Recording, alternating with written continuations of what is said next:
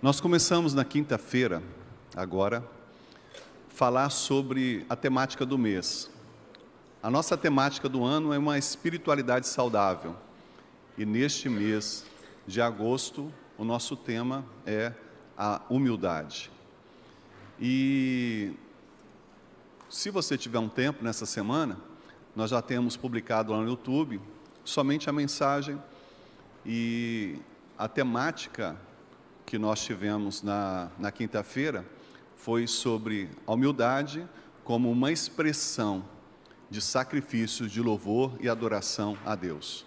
Então, a humildade, ela é uma expressão de sacrifício, de louvor e adoração a Deus. Então, se você tiver um tempo, pega essa série, tenho certeza que você vai ser abençoado por aquilo que o Senhor tem para o seu coração. Hoje, nesta manhã, eu gostaria de pensar com vocês sobre este tema, humildade. E nós precisamos ter uma referência dessa humildade. E ninguém melhor do que Jesus Cristo. Então, humildade, ao molde de Jesus. Por que o molde? Porque ele cria a formatação.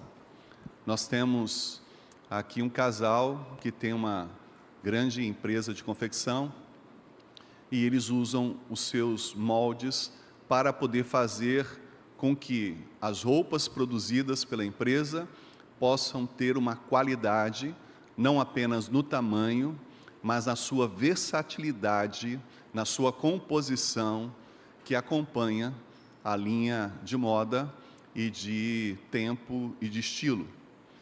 Então, esse molde vai produzir com segurança aquilo que se propõe, sequenciar a mesma proposta.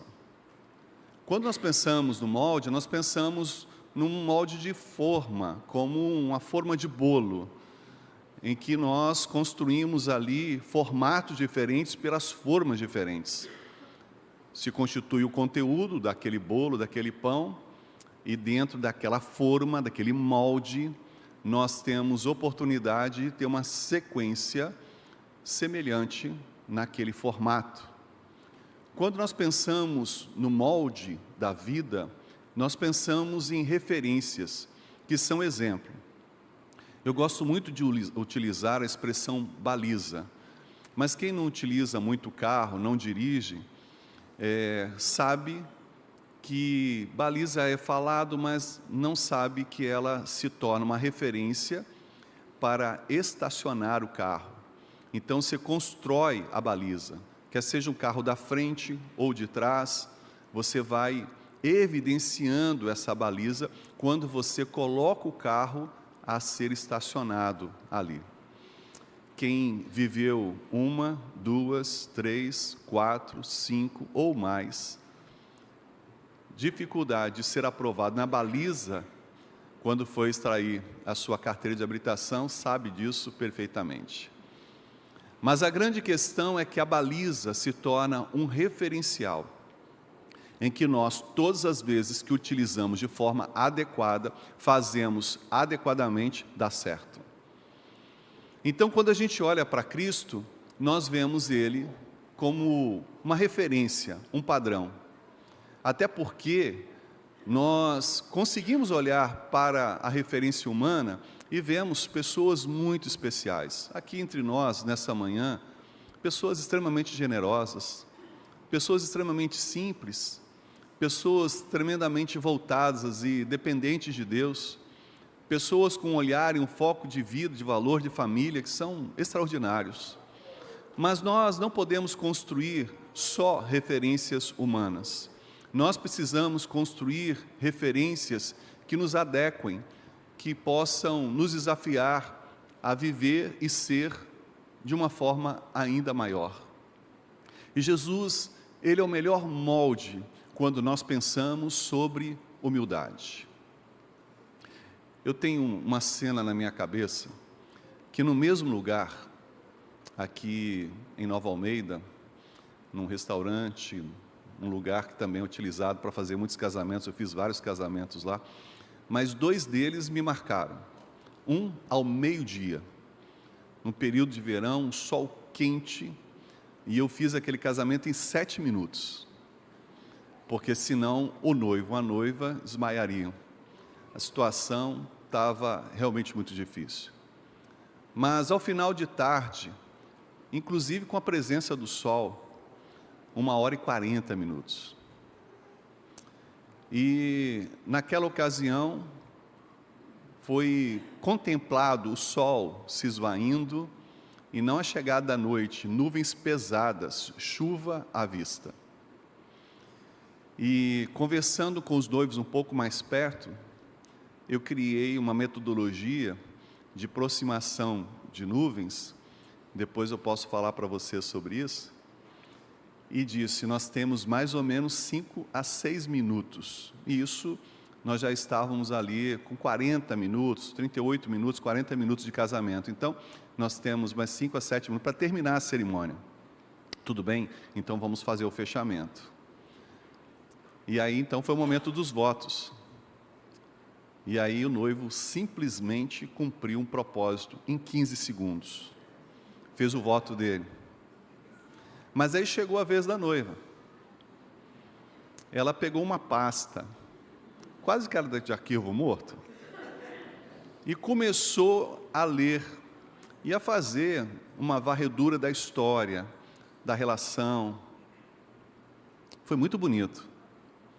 Porém, o tempo foi passando, as nuvens foram se aproximando, os primeiros pingos sinalizando.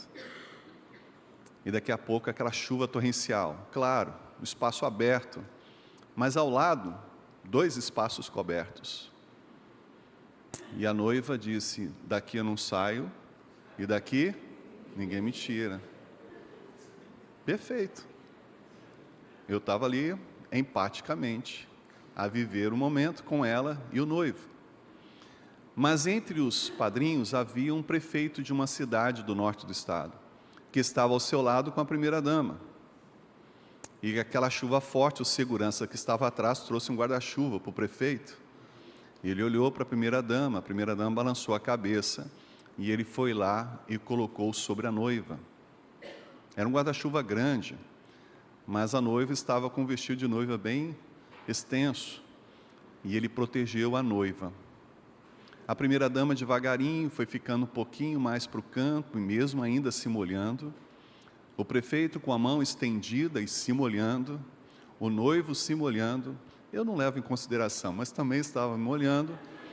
Mas a grande questão é que todo o tempo ali, até o final, cerca de 22 minutos do seu voto. Impressionante, que voto lindo. Eu espero um dia fazer isso para Esther, um voto desse. Uma varredura completa da história. Na verdade, um tratado. Ela, como advogada, construiu um tratado lindo sobre amor. Até estimulei que publicasse. Mas a grande questão foi ver aquele moço representando um município, tendo uma referência de privilégio, de ter não só um segurança ali, mas de ter um guarda-chuva ali, porque ninguém veio ou foi preparado naquela ocasião esperando chuva. E a grande questão foi ele estender esse guarda-chuva para a noiva. É claro que ele ganhou alguns votos ali naquele dia, para a sequência da sua reeleição. Mas a grande questão foi a humildade, porque independentemente do terno que estava usando, acredito que não era alugado, acredito que era um terno comum, e esses ternos que não são comuns, eles são ternos mais sensíveis. E por ser mais sensível, possivelmente foi a última vez que ele usou. Mas não é pela a roupa, o sapato, não foi pela chuva tomada, foi a condição de se submeter àquilo em função do outro. Ele poderia, como todos os demais, inclusive os pais, se retirarem e poder se abrigar ali perto. Mas ele permaneceu ali, empático. Se assim é o desejo da noiva, assim será. O que nós conseguimos ver nisso? Humildade. Mas a nossa humildade, ela é subjetiva, porque nós julgamos pelo nosso ponto de vista. Nós não sabemos qual é de fato a razão que está ali por trás. Nós não sabemos se o coração dessa pessoa se permite o serviço em humildade, porque a humildade, antes de ser externa, ela precisa ser e existir dentro. Como pensamos, como planejamos, como concebemos as coisas, porque a humildade precisa ter origem. Se nós podemos estabelecer base para a humildade, são duas: a bondade e a benignidade. Fazer o bem e fazer o bom. E dentro desse contexto, a humildade precisa ser um reflexo desses dois movimentos dentro de nós. E a subjetividade não me permite fazer um raio-x se realmente a pessoa está tendo esses elementos dentro do seu coração ou não. E aí isso me remete a um outro exemplo. Recentemente revi uma senhora que foi grande parceira na época de 1986 até 88, 89, quando assumi a presidência dos adolescentes batistas do norte do estado, e naquela ocasião realizávamos vários movimentos, encontrões, congressos, e ela, lembrando de 86 ali na primeira de São Gabriel da Palha, em 87 em Acoporanga, em 88 em Barra de São Francisco, 89 lá em Colatina, em Linhares, os movimentos feitos. E a igreja estava superlotada, uma destas, muitas pessoas. Havia uma moça que ia fazer um solo de uma determinada igreja, e ela pegou o microfone, chegou à frente, uma música linda.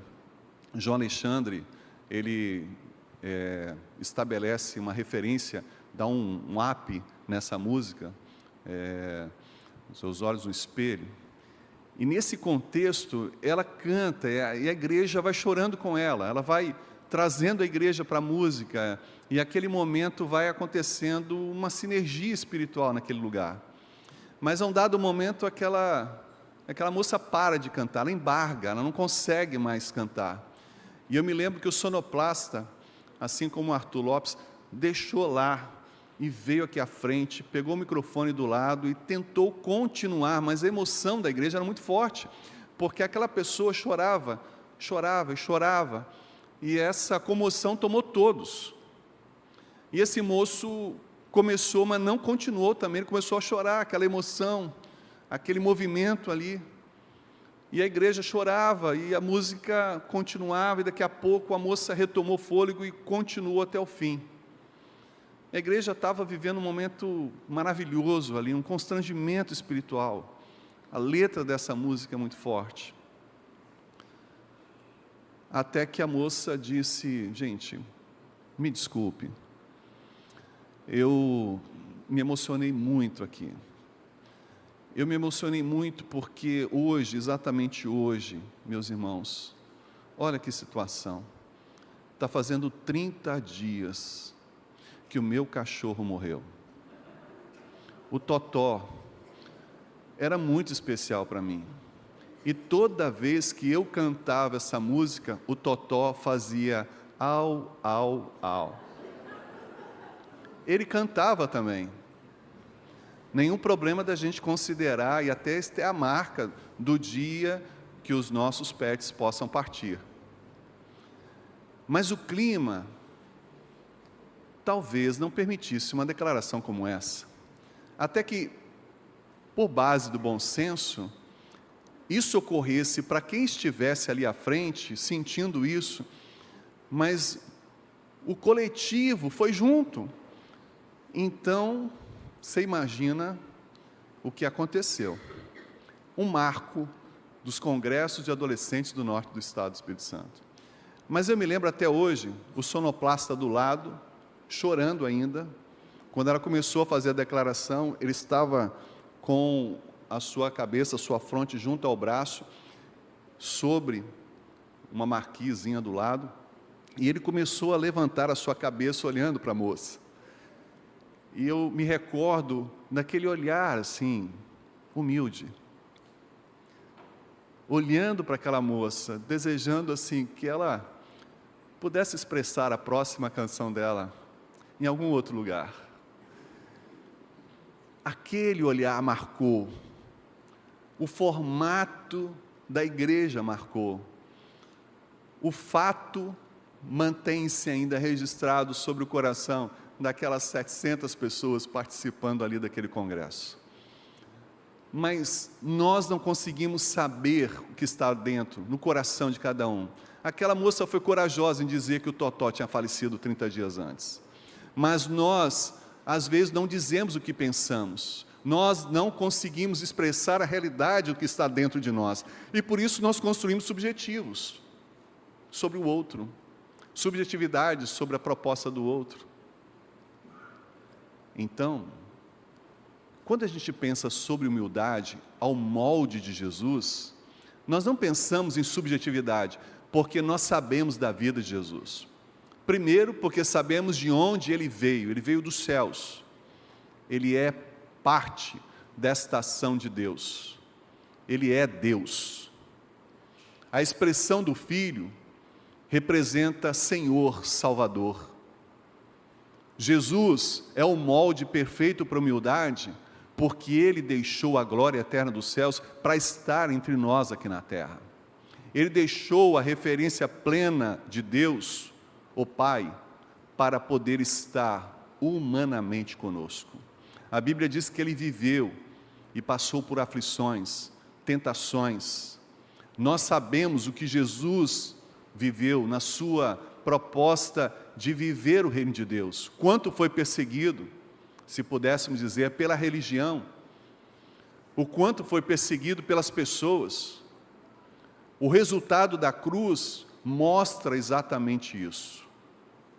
Então nós precisamos entender que Ele tem uma referência de humildade antes de chegar aqui e ser concebido aqui na terra, porque Ele deixa os céus para estar entre nós. Segundo, o seu formato de vida, um formato de vida humilde, simples. Ele nasceu não num palácio, ele nasceu numa estrebaria. Ele teve uma família humilde no aspecto de limitações financeiras, mas uma família temente a Deus e que procurava viver na sua proposta este temor a Deus em todo o tempo. A Bíblia fala sobre o seu nascimento e menciona alguns fatos da sua infância. Registra, entre elas, que aos 12 anos, ele fica no templo em debate com os principais, os sacerdotes, com aqueles que estavam ali como os doutores da lei, os escribas. O conhecimento dele, a experiência dele era extraordinária, simples, humilde. Desenvolve até os seus 30 anos de idade uma proposta simples, com uma família de carpinteiros. É impressionante quando nós olhamos e vemos Jesus construindo o grupo de discípulos, como ele se desenvolve na sua missão, nos seus 3 anos e meio aqui na terra, como Jesus estabelece profundos ensinamentos, com muita simplicidade, com muita humildade, como ele se portava com as pessoas, entrando em casas imponentes e dando atenção para aqueles marginalizados.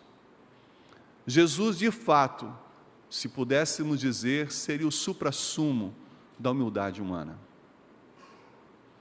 E há um texto que você pode abrir na sua Bíblia, no seu app, que é em Mateus, lá no capítulo 11, nós podemos ler o versículo 29, que é o versículo chave, mas podemos ter o bloco de Mateus 11, 28 a 30.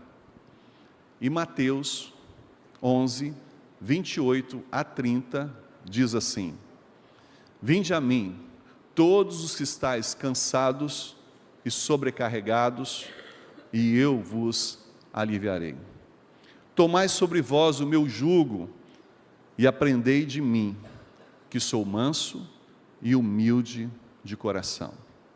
E achareis descanso para a vossa alma, porque o meu jugo é suave e o meu fardo é leve.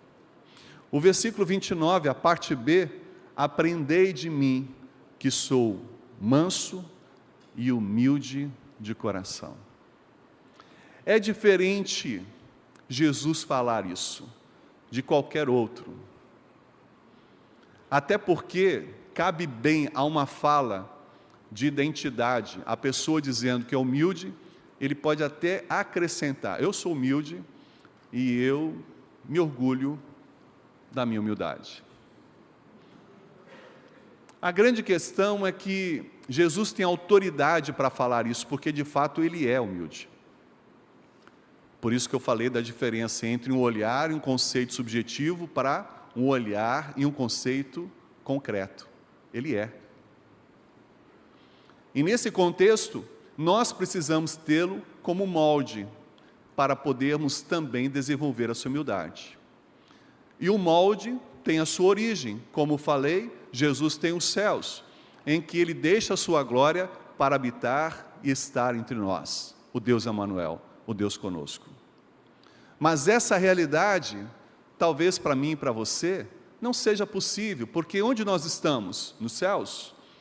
Onde nós estamos? No palácio? Onde nós estamos como o suprassumo da sociedade? Não. Nós estamos juntos, como homens, um do lado do outro. Nós estamos juntos diante de um tempo adverso. Nós estamos juntos num contexto de vida que às vezes é extremamente opressor. Como então ter uma origem? A nossa origem precisa ser espiritual. A humildade precisa do trato de alma. Se você analisar bem, os versículos 28, 29 e 30 trazem um contexto. Primeiro, a realidade é a humildade de coração.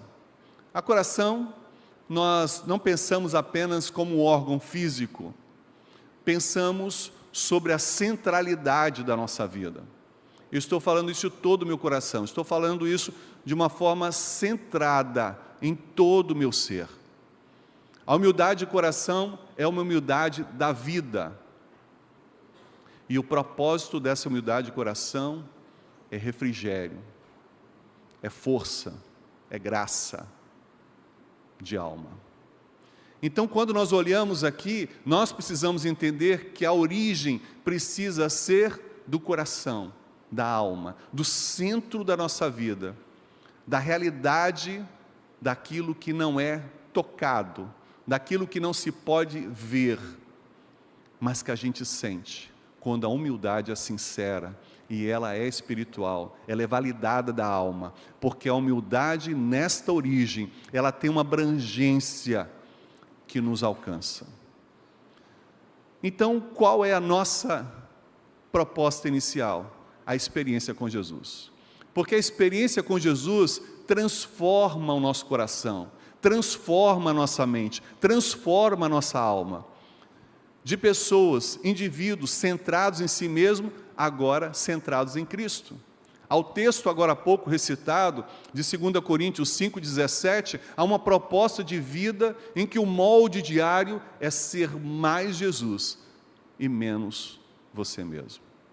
Então, nesse contexto, quando nós temos o nascedouro da humildade na nossa alma, os reflexos da nossa vida também são reflexos de Deus e da espiritualidade saudável em tudo que somos e fazemos. Por quê? Porque se temos uma experiência com Deus, nós não pensamos como antes, nós não decidimos como antes, nós não validamos os valores do mundo como antes, porque Cristo se torna o meu viver, e ponto. Cristo é o meu viver, ponto. Não existe mais nada adicionado, não existe mais nada a ser colocado. Ele é o suficiente.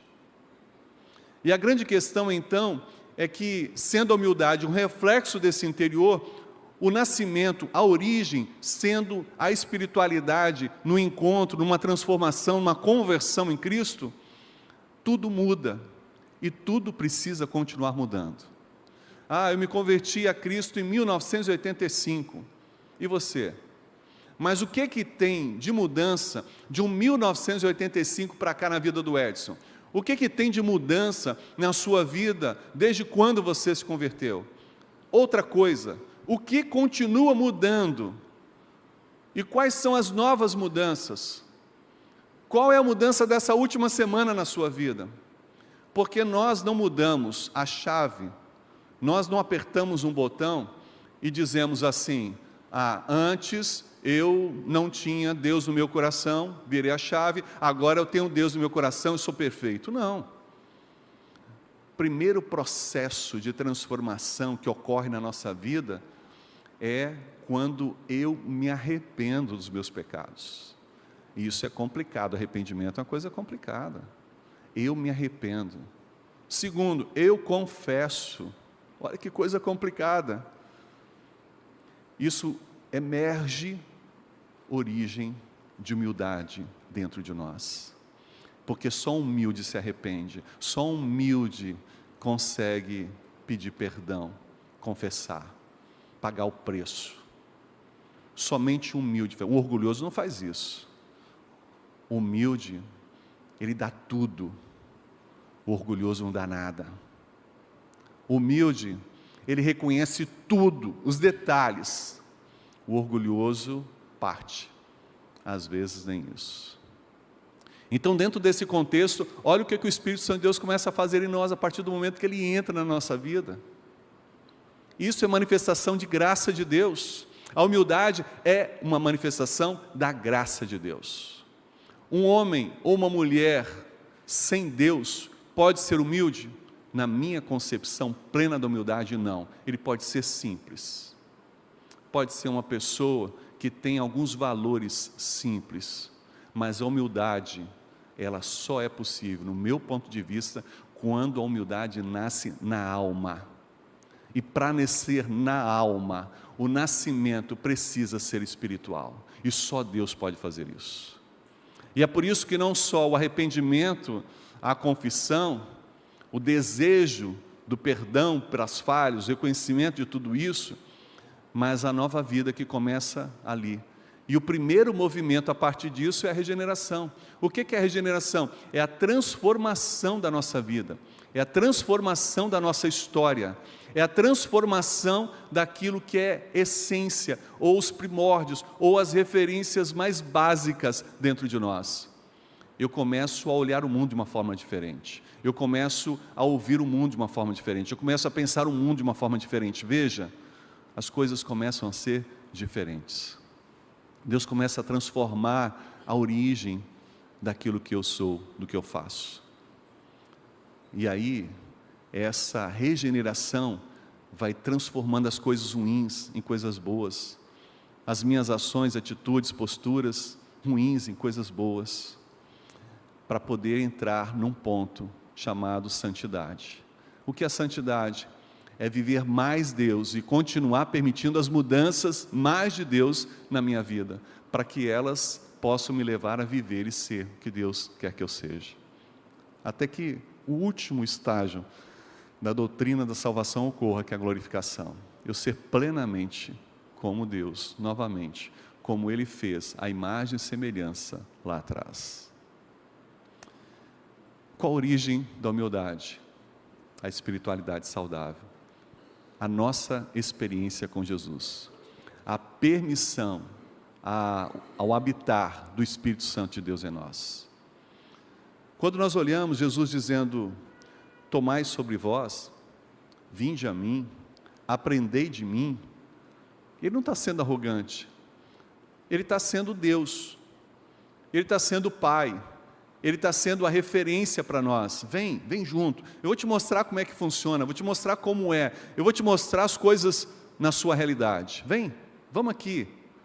Você consegue entender assim, Jesus não sendo de forma nenhuma altivo, mas simples, porque as coisas de Deus são simples, Mas isso não significa e não pode ser banalizado por nós, porque as coisas de Deus são simples, mas são profundas.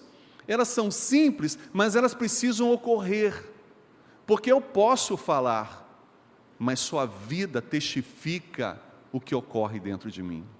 Eu posso dizer que creio em Jesus, mas só a vida vai nortear a minha fé. Eu posso dizer que quero uma vida humilde e tenho vivido, mas só o resultado da minha vida vai dizer se eu tenho essa humildade ou não. Porque eu posso olhar para o outro, e eu posso julgar o outro na sua espiritualidade. Por exemplo, pessoas que têm uma personalidade mais passiva, que menos fala, são pessoas mais sábias. E as pessoas mais sábias, elas são, diante da vida, mais elogiadas. Se você quer ser elogiado, comece a falar menos. Um outro aspecto, diante dessa estrutura de personalidade, é você ser mais compenetrado, mais voltado para si, no sentido de se expressar. Essa pessoa, ela parece ter uma vida com Deus, eu sempre olho para ela, está de cabeça baixa, está com os olhos fechados, no culto, ela vive uma espiritualidade tremenda. Bom, até que um dia, essa pessoa acorde desse tempo que normalmente ela tem, com os olhos fechados, e que não está vivendo oração, mas está sonolenta, e para não ficar repicando os olhos o tempo todo e piscando, e as pessoas percebendo que ela está assim, ela apoia a cabeça num senso de devoção, até com as mãos juntas em oração, mas ela está tirando um cochilozinho ali, nenhum problema quanto a isso, beleza, mas qual é o meu juízo? Que espiritualidade boa dessa pessoa. A espiritualidade boa não é de dormir mais ou dormir menos, é o efeito disso, porque o cochilo pode nos trazer efeito positivo, quando na hora certa. Mas a nossa vida com Deus sempre vai gerar resultados positivos sobre nós. Então, se prostrar diante de Deus, diante das circunstâncias, é necessário. Apresentar a nossa vida e manter a nossa vida sobre Cristo é necessário. Se nós queremos ter um molde de humildade, precisamos ver Jesus e ser como Ele. Filipenses 2, de 5 a 11, estabelece ali um molde da mente de Cristo. Faça isso. E nós precisamos entender que essa relação, ela de fato é necessária sobre nós. Nosso culto está muito estendido já. Eu vou abreviar a conclusão da minha fala nessa manhã.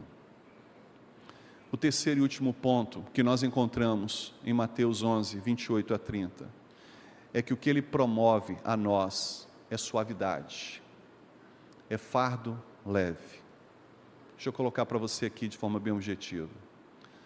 Quando você é e faz as coisas com naturalidade, e essa naturalidade é simples, é humilde, você tem uma vida melhor. O seu fardo é leve. Quando você não é o que faz, o seu fardo é pesado. Porque você tem que colocar sobre você coisas que não são suas. Olha o exemplo na Bíblia. Quando Davi, não resistindo às acusações e às provocações de Golias, e não vendo no seu próprio povo, entre os seus irmãos, um valente ali, que pudesse dizer, que isso? Falar da gente tudo bem, mas falar do nosso Deus não. Que isso?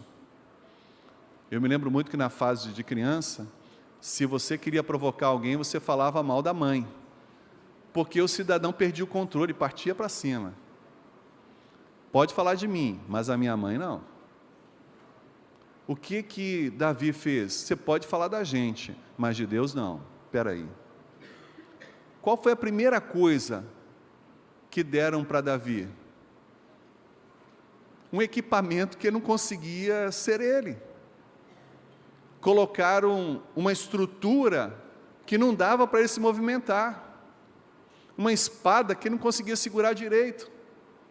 Não dá para ser isso, esse capacete aqui não dá. Qual a coragem dele? Não posso usar isso. Não posso. Eu preciso ser eu mesmo, para poder lidar com aquilo que Deus quer fazer nesse momento.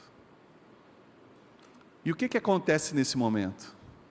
Ele pega a sua funda, as pedrinhas, e encara o Golias na dependência de Deus.